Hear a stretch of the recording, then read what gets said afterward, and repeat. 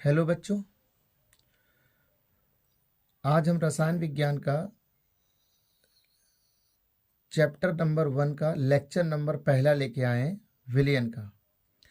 और ये वीडियो आपके लिए एग्ज़ाम बोर्ड के लिए अत्यंत लाभदायक होगा। अगर वीडियो पसंद आए तो लाइक कीजिए, सब्सक्राइब कीजिए और चैनल को सपोर्ट कीजिए। चलिए देखते हैं विलयन का चैप्टर नंबर फर्स्ट और पहला लेक्चर है। इस लेक्चर में हम विलयन की सांद्रता कैसे निकालते हैं, मोलरता क्या है, नॉर्मलता क्या है, इससे रिलेटेड बातें करेंगे। सबसे पहले हम लोग देखते हैं विलयन क्या है। एक्चुअल में विलयन क्या है? दो या दो से अधिक पदार्थों के समांगी मिश्रण को विलयन कहते हैं। अगर हम बात करें विलयन की, तो विलयन के मुख्य दो घटक होते हैं। एक होता है विलेय और एक होता है विलायक। हालांकि विलयन दो या दो से अधिक पदार्थों से बनाया जाता है, लेकिन इंटरमीडिएट लेवल में सिर्फ और सिर्फ दो ही अंगी विलयन आते हैं, द्विअंगी, जिसमें एक विलेय होता है और एक विलायक होता है। अगर हमें किसी विलयन की सांद्रता ज्ञात करनी है तो उसके लिए क्या क्या विधियां लगाएंगे, हमें जो अभी फिलहाल के लिए ज़रूरत है उसके लिए हम लोग क्या करेंगे, उसके लिए हम लोग पढ़ेंगे भार प्रतिशतता, भार प्रतिशतता, या इसी को बोलते हैं द्रव्यमान प्रतिशतता, प्रतिशतता। दूसरा हम लोग इसमें पढ़ेंगे भार आयतन प्रतिशतता। इसके अलावा मोलरता, मोललता, मोललता, नॉर्मलता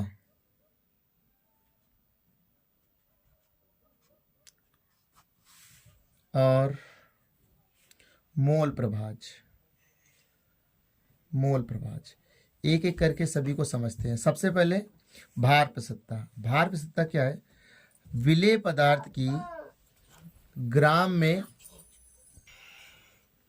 विलेय पदार्थ की ग्राम में वह मात्रा जो 100 ग्राम विलयन में घुली हो उसे भार प्रतिशतता या द्रव्यमान प्रतिशतता कहते हैं।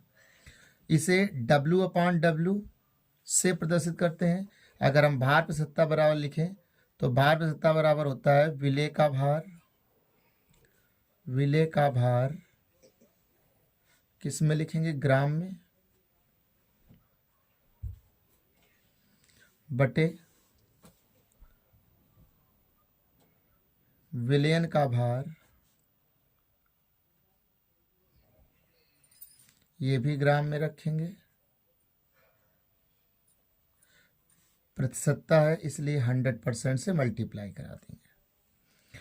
जैसे एग्जाम्पल के लिए 15% भार अनुसार या W/W सुक्रोज के जलीय विलयन का अर्थ क्या है? अगर आपसे ये बोल दिया जाए कि भार अनुसार 15% सुक्रोज का जलीय विलयन है, तो इसका मतलब निकलता है कि 15/100।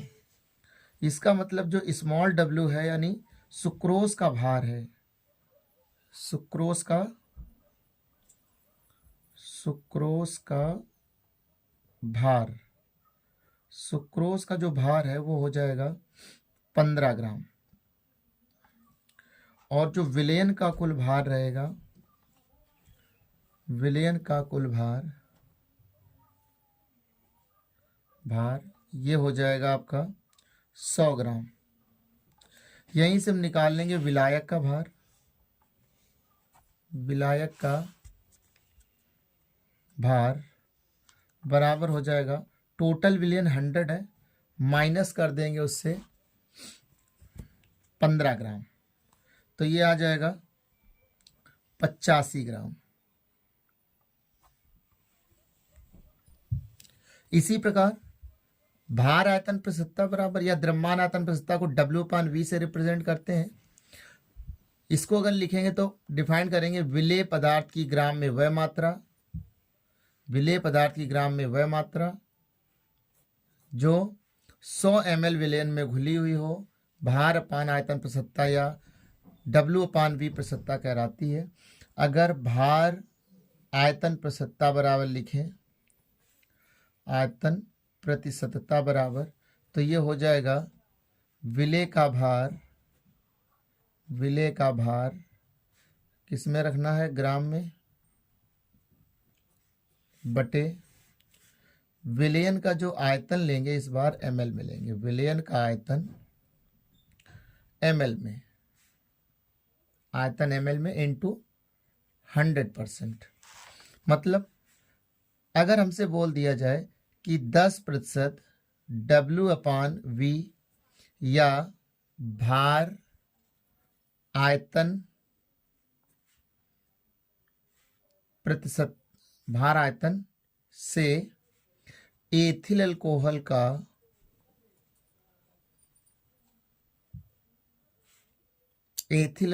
के जलीय विलयन का अर्थ क्या अर्थ है?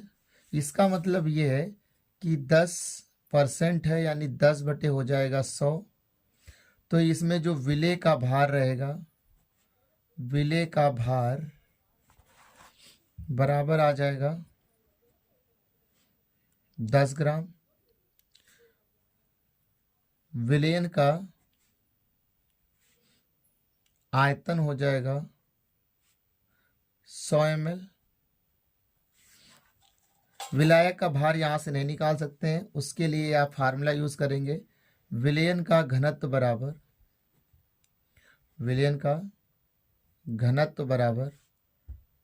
विलयन का द्रव्यमान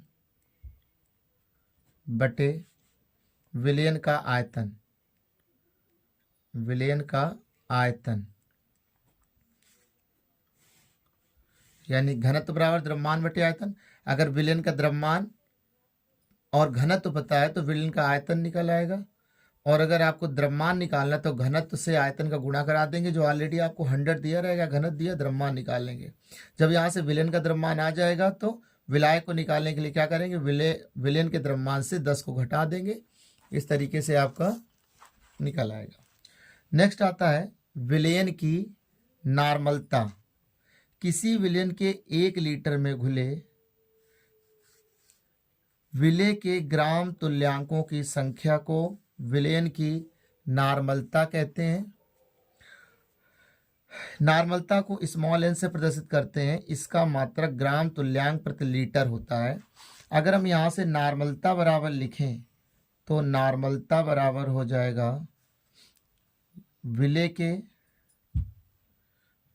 के ग्राम तुल्यांकों की संख्या, ग्राम तुल्यांकों की संख्या बटे विलयन का आयतन, ये लेना है लीटर में। नॉर्मलता को लिखते हैं कैपिटल एन से। विलेय के ग्राम तुल्यांक निकालने के लिए क्या करेंगे, विलेय का भार बटे उसका तुल्यांकी भार, विलेय के भार को स्मॉल w से और तुल्यांकी भार को कैपिटल E से लिखेंगे, इनटू में हो जाएगा v, ये किस में लेना है, लीटर में। अधिकांश जो आयतन रहेगा वो ml में दिया होगा, ml, अगर ml को लीटर में बदलेंगे तो E इंटू वी, v में 1000 से डिवाइड करेंगे, जो ऊपर जाएगा तो ये हो जाएगा 1000। इसका जो मात्रक होता है वो होता है ग्राम तुल्यांक प्रति लीटर। इस तरीके से आप नॉर्मलता कैलकुलेट कर सकते हैं। फिर से एक बार देख लीजिए, विलयन की नॉर्मलता का निकालना है तो किसी विलयन के 1 लीटर में घुले विलेय के ग्राम तुल्यांकों की संख्या को विलयन की नॉर्मलता कहते हैं। इसे कैपिटल N से प्रदर्शित करते हैं। इसका मात्रक ग्राम तुल्यांक प्रति लीटर होता है। अगर नॉर्मलता निकालना है तो नॉर्मलता के लिए होता है विलेय के ग्राम तुल्यांकों की संख्या बटे विलयन का आयतन लीटर में, और इसको अगर निकालना, नॉर्मलता को N लिख दिया, ग्राम तुल्यांक को W/E लिख दिया, इंटू V लिख दिया।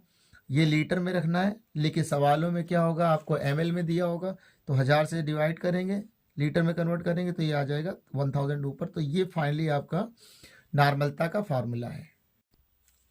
इसमें से जो ई है, ई आपका है तुल्यांकी भार, ई है तुल्यांकी भार।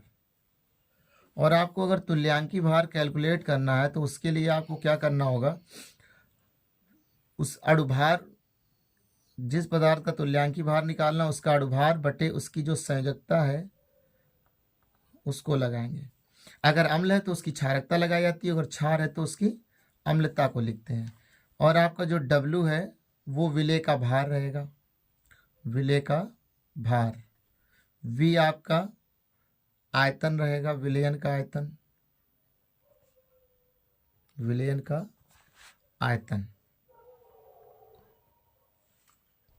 आगे देखिए, विभिन्न नॉर्मलता वाले विलयनों का अगर निरूपण करेंगे तो कैसे, अगर आप नॉर्मलता सॉल्व करके 1 निकालते हैं तो ऐसे विलयन को कहते हैं नॉर्मल विलयन। और अगर 1/2 आती है, यानी n/2 है, तो उसको सेमी नॉर्मल, n/10 को डेसी नॉर्मल, n/5 को पेंटी नॉर्मल, n/100 को सेंटी नॉर्मल, n/1000 को मिली नॉर्मल कहते हैं। इस तरीके से विलयन का आप रिप्रेजेंटेशन कर सकते हैं नॉर्मलता के टर्म में। अगला टॉपिक है विलयन की मोलरता। किसी विलयन के 1 लीटर में घुले विलेय के मोलों की संख्या को विलयन की मोलरता कहते हैं। इसे कैपिटल M से प्रदर्शित करते हैं। इसका मात्रक मोल प्रति लीटर होता है। मोलरता को अगर हम और समझाएं तो मोलरता बराबर हो जाएगा आपका, विलयन की मोलरता बराबर विलेय के मोलों की संख्या, विलेय के मोलों की संख्या बटे हो जाएगा विलयन का आयतन, विलयन का आयतन। विलयन का आयतन किस में लेना है, लीटर में। अगर मोलरता को लिखें तो मोलरता बराबर हो जाएगा आपका कैपिटल M, विलेय के मोलों की संख्या को स्मॉल n मान लिया, और आयतन V किस में लेना है, लीटर में। तो एक तो ये फार्मूला हो गया मोल पर लीटर में। लेकिन चूंकि जो मोल बनाते हैं हम लोग, मोल बराबर होता है उसी का भार। चूंकि विलेय का है तो विलेय का भार बटे विलेय का अणुभार, इसलिए फार्मूला बन जाएगा कैपिटल M बराबर स्मॉल w अपान m डैश इंटू V। किस में लेना है, लीटर में। लेकिन फिर से वही, अधिकांशता जो वैल्यू रहेगी आपको ml में दी होगी, तो 1000 से डिवाइड करेंगे तो ये बन जाएगा कैपिटल M बराबर small w into 1000 upon m dash into V। अब किस में रखना है, ml में। तो ये फाइनली आपका निकल आया। इसका मात्रक मोल प्रति लीटर होता है, मोल प्रति लीटर में इसको व्यक्त करते हैं। अगर विलयन की सांद्रता की बात करिए तो भी मोल प्रति लीटर में होती है। जहां आपका अगर हम बात करें स्मॉल w, तो ये है विलेय का भार, विलेय का भार, m डैश विलेय का अणुभार है, विलेय का अणुभार, V विलयन का आयतन है, विलयन का आयतन। अगर आपको मेरी वीडियो पसंद आ रही तो इसको चैनल को ज़रूर सब्सक्राइब करें, लाइक करें और अपने ज़्यादा से ज़्यादा दोस्तों में इसको शेयर करें। देखिए नेक्स्ट पार्ट में विभिन्न मोलरता वाले विलयनों का निरूपण। जिस तरीके से मोलरता को, नॉर्मलता को निरूपित किया था, वैसे विलयन को भी निरूपित करते हैं कि अगर विलयन की मोलरता 1 आती है तो ऐसे विलयन को बोलते हैं मोलर विलयन। m/2 आए यानी 1/2 आती तो semi molar, m/10 deci molar, m/100 centi molar, m/1000 milli molar. अब चलिए कुछ देखते हैं मोलरता तथा नॉर्मलता में संबंध। जैसा कि अभी आपने एक फार्मूला निकाला था, मोलरता बराबर कैपिटल M बराबर था small w into 1000 upon m dash into V। इसको अगर हम थोड़ा सॉल्व करें तो capital M into m dash equal to आ जाएगा small w into 1000 upon V। इसको इक्वेशन दे दिया फर्स्ट। सिमिलरली अगर हम नॉर्मलता बराबर देखें तो अभी निकला था n बराबर small w into 1000 upon M dash E into V. Cross multiply कराएं तो N into E is equal to आ जाएगा small W into 1000 upon V. इसको इक्वेशन दे दिया दो, समीकरण 1 व 2 से 1 2 की इक्वल करेंगे। देखिए इसका एक जो पक्ष है वो से बराबर है, समान है। अगर समान है दूसरे पक्ष भी समान हो जाएंगे, यानी ये आ जाएगा M dash is equal to N into E. और देखिए आगे, अगर हम यहां से नॉर्मलता बटे मोलरता निकालते हैं, यानी यम को इसके नीचे लेके जाए तो ई इसके नीचे आ जाएगा, तो ये आ जाएगा यम डैश बटे ई। चूंकि जो तुल्यांकी भार ई होता है वो होता है विलेय का अनुभार, यानी यम डैश बटे संयोजकता। तो ये आ जाएगा नॉर्मलता बटे मोलरता बराबर एम डैश बटे एम डैश इंटू संयोजकता।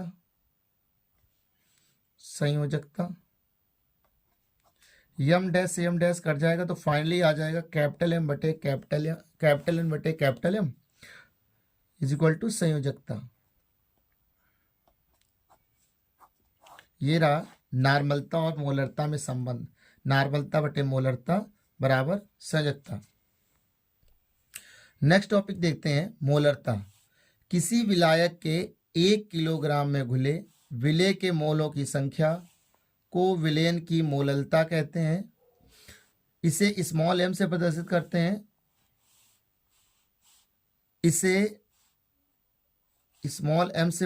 करते हैं, इसका मात्रक मोल प्रति किलोग्राम होता है। अगर हम यहाँ मोललता बराबर लिखें तो ये बन जाएगा मोललता बराबर विलेय के मोलों की संख्या बटे विलायक का भार किलोग्राम में। मोललता को लिखते हैं स्मॉल एम से, तो स्मॉल एम बराबर आ जाएगा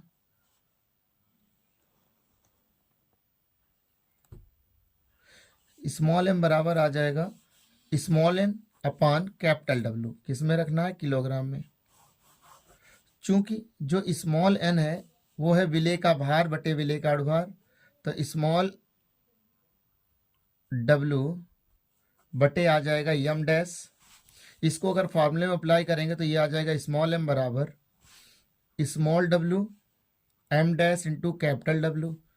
किलोग्राम में रखना है, लेकिन ये अधिकांशतः आपको ग्राम में दिया होगा, तो इसको किलोग्राम में कन्वर्ट करेंगे तो ये आ जाएगा स्मॉल एम बराबर स्मॉल डब्ल्यू इंटू 1000 बटे M dash into capital W. अब ये ग्राम में रखना है। ये मेन फार्मूला जहाँ से आपको न्यूमेरिकल लगाने हैं। इसका मात्रक हो जाएगा मोल प्रति किलोग्राम। इसमें अगर हम बात करें जहाँ स्मॉल डब्ल्यू आपका विलेय का भार है, विलेय का भार ग्राम में रखना है, यम डैश विलेय का अनुभार है,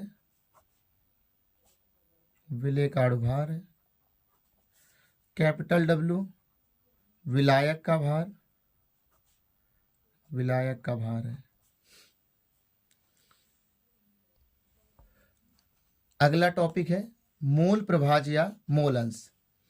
विलयन के किसी घटक विशेष का अगर मोल प्रभाज निकालना है तो उस घटक के मोलों की संख्या जिसका आपको मोल प्रभाज निकालना है तथा विलयन के संपूर्ण मोलों की संख्या के अनुपात को मोल प्रभाज कहते हैं। इसे काई से प्रदर्शित करते हैं, इसका कोई मात्रक नहीं होता है। अच्छा, माना किसी विलेय के मोलों की संख्या स्मॉल एन है तथा विलायक के मोलों की संख्या कैपिटल एन है, तो अगर हम विलयन का मोल प्रभाज निकालेंगे तो काई विलयन बराबर हो जाएगा काई विलेय प्लस काई विलायक, यानी विलेय का मोल प्रभाज प्लस विलायक का मोल प्रभाज। और अगर विलेय और विलायक का मोल प्रभाज निकाले तो उसका सम होता है 1 के बराबर होता है। अब इसी तरीके से अगर हमें विलेय का मोल प्रभाज निकालना है, विलेय का मोल प्रभाज, विलेय का मोल प्रभाज निकालेंगे तो विलेय के मोलों की संख्या विलयन के संपूर्ण मोलों की संख्या n/n प्लस कैपिटल N आ जाएगा। इसी प्रकार विलायक के मोलों की संख्या अगर निकालना है, विलायक का मोल प्रभाज निकालना है तो विलायक का मोल प्रभाज बराबर होता है विलायक के मोलों की संख्या अपान विलेय प्लस विलायक यानी विलयन के कुल मोलों की संख्या। ये दो फार्मूले हैं जिससे आप मोल प्रभाज आसानी से निकाल सकते हैं। तो धन्यवाद, आपका दिन शुभ हो। अगर वीडियो मेरी पसंद आए तो आप लाइक करिए। इसके न्यूमेरिकल आपको नेक्स्ट वीडियो में मिल जाएंगे। धन्यवाद।